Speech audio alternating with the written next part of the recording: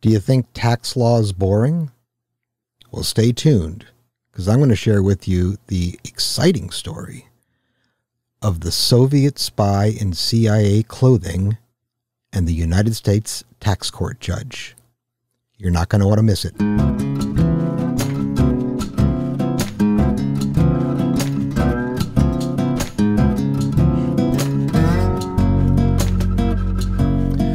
Welcome, fellow tax geeks, to Deep in the Heart of Taxes, the only show that boils down all the relevant tax law news that's fit to share, and, of course, some of it that isn't, so that you don't have to.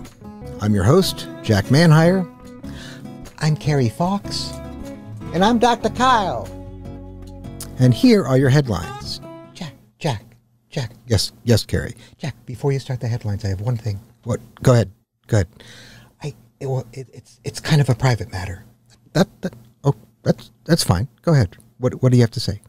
Well, you are video casting this as well, right? As audio? Yes, it's the studio cam is on. Hello, folks. I'm waving to you now. Okay. Well, have you seen the shirt that you're wearing, Jack?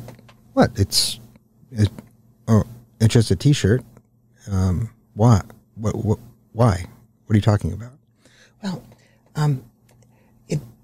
it makes you look. I don't know how to say this. Well, just say it. What does it make me look? Does it make me look buff? Is it not appropriate because it's a family show? Oh, no. It's quite the opposite. It makes you look a little tubby, actually. Oh, really?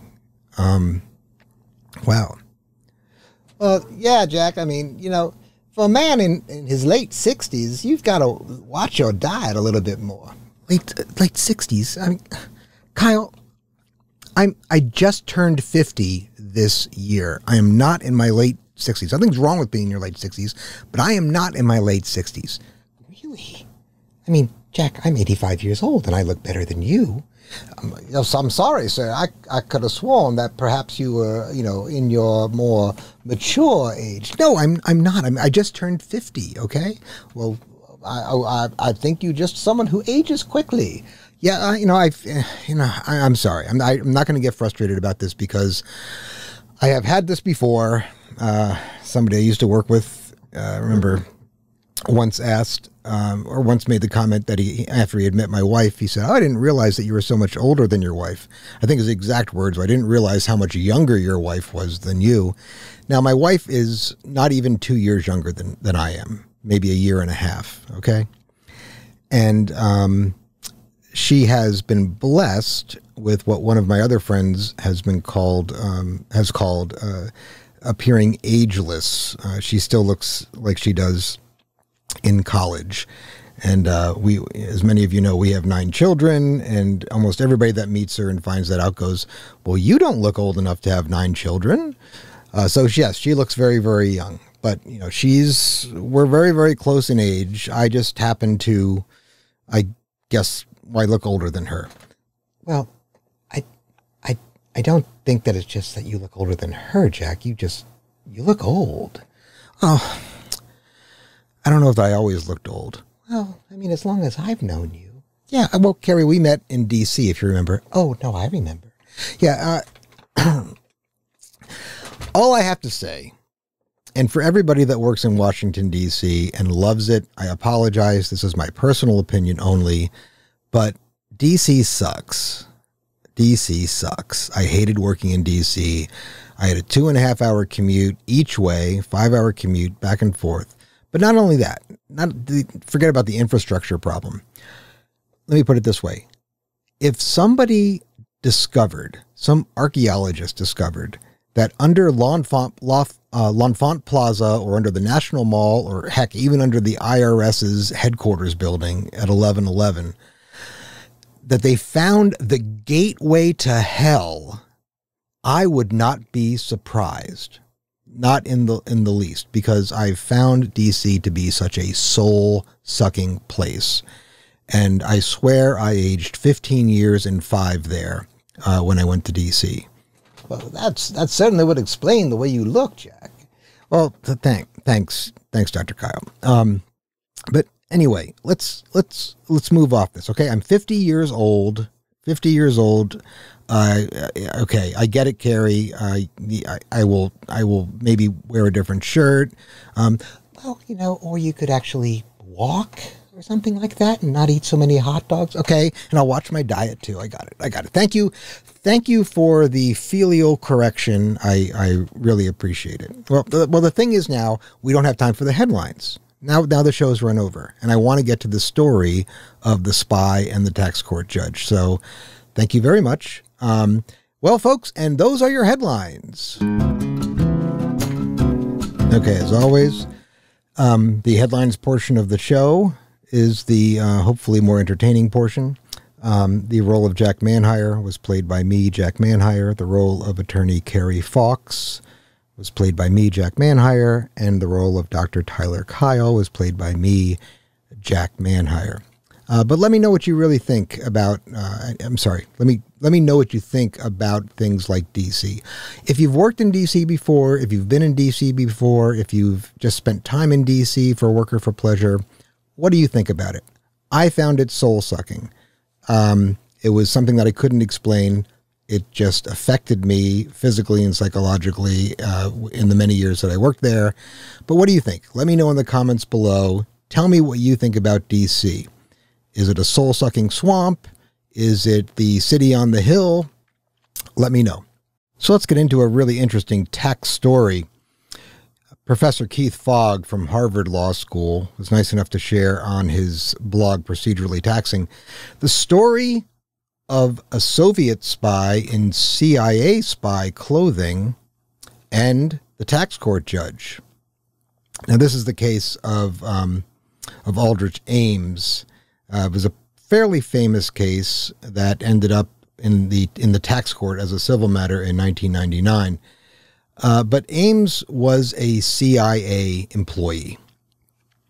And in 1985, he decided to enter into an agreement with a third party, that third party being the CCCP, or as we'd say in the United States, the USSR. In other words, the Soviet government of Russia at the time. And in 1985, he entered into the agreement, and the idea was to get information from the United States government that would be especially meaningful to a Cold War adversary at the time, and deliver it through exchanges, signal sites, dead drops, much like you see in the movies, to the Soviets. And how much did he do this for? Well, he did it for $1 million in cash, paid to him over a 4-year period in the late 1980s. Now, his salary as a federal employee with the CIA was just about $70,000 a year. So that's a lot less than even if the $1 million was paid equally over the 4 years, the $250,000 or the $250,000 that he was receiving over each year over that 4-year period. And Ames ultimately had to pay what I would call the stupid tax on this one, because he bought some nice clothes and drove really expensive cars and lived in an upscale neighborhood and had other toys that somebody on a $70,000 a year income at the time clearly could not afford. Now, if any of you have seen John Cusack and Ione Skye in Say Anything, you know that if you want to evade taxes, you need to make sure that things might be a little nice, but they're not too nice. Okay? Now, of course, I'm not advising anybody to evade taxes. That would be wrong and criminal, and that was just for entertainment purposes. However, Ames clearly didn't get that message, even though the movie was probably available to him at the time. And he made sure things were nice, and they were too nice. Well, his employers, the Central Intelligence Agency, kind of caught on to him, and they started an investigation, and that investigation ultimately ended in his arrest and conviction. Now, he had a conviction for the spying, but he also had a tax conviction. And you see, what happened was he made this arrangement with the third party, the Soviet Union, and the Soviet Union was delinquent.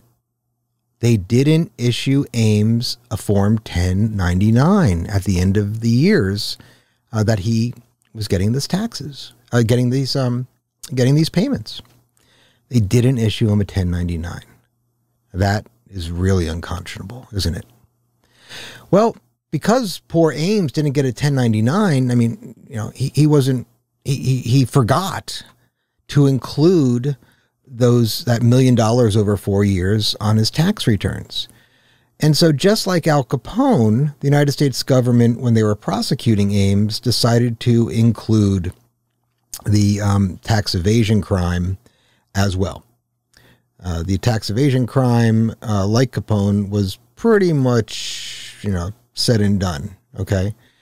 In other words, it was a count of conspiracy to defraud the IRS under 18 USC section 371. All right. So after the criminal case, then the IRS comes in on the civil side of a tax matter, and they usually wait for the criminal case to be at least initially adjudicated. Well, at the time of the civil case, the United States government was nice enough to give Ames free room and board in Allentown, Pennsylvania. Okay. It just happened to be at the U.S. Penitentiary in Allentown, Pennsylvania. And so by the time the IRS got around to issuing its notice of deficiency, which, as many of you know, is the ticket to tax court in the civil matter, he was already in the penitentiary. And even though he didn't have much of a case to dispute the IRS's assessment of the civil matter, a lot of people speculate that he just wanted to, you know, get a day off. He wanted to go into tax court and, you know, escape the penitentiary for at least a day or two. Well, the tax court didn't necessarily want Ames in their courtroom. Usually the courtrooms are in federal buildings. They didn't want him in the federal buildings. And so Judge Joel Gerber, who just recently retired from the tax court, set up a very, very special hearing. And this special trial was in the Allentown Penitentiary. And so the U.S. tax court can claim that it is both flexible and somewhat exciting. They get to hear cool cases like the case of a spy, and sometimes you know, they get to hear the case in interesting places that you usually wouldn't think that you would have trials. So anybody who thinks the practice of tax law is boring, here is at least one anecdote to show you otherwise. Let me put it that way. Okay. You can read the case. It's a 1990 case of Aldrich Ames v. Commissioner. And Les Book comments, Les Book from Villanova, comments that he uses the tax court opinion as, he says, a, quote, colorful vehicle for teaching about constructive income to his law students. Professor Les Book, that is, at Villanova. And there you have it. There is the story of the spy that met the tax court judge. Okay, and tell me your comments. Leave them in the comments below about any experiences you may have had with the U.S. tax court or any court, whether it be a special case, one that you remember, or a special case as far as where it was held, what the issues were. Let me know. All right, that's our show for today. Thank you so much for joining us. As always, you're going to find the links to the full stories in the description. If you liked the show today, please hit the like button. That tells YouTube that this is something that people might like, and please share it on other platforms. Sharing it on platforms, especially large ones like Facebook, gets us a wider audience. Also, hit the subscribe button. You can hit it, or you can very, very gently pulverize the subscribe button and hit the all notification bell icon. That would be appreciated. It would also allow you to be notified of upcoming shows so that you can be involved in the live chats. That's it for Deep in the Heart of Taxes. Thanks for listening. I'm Jack Manhire, wishing you many happy returns.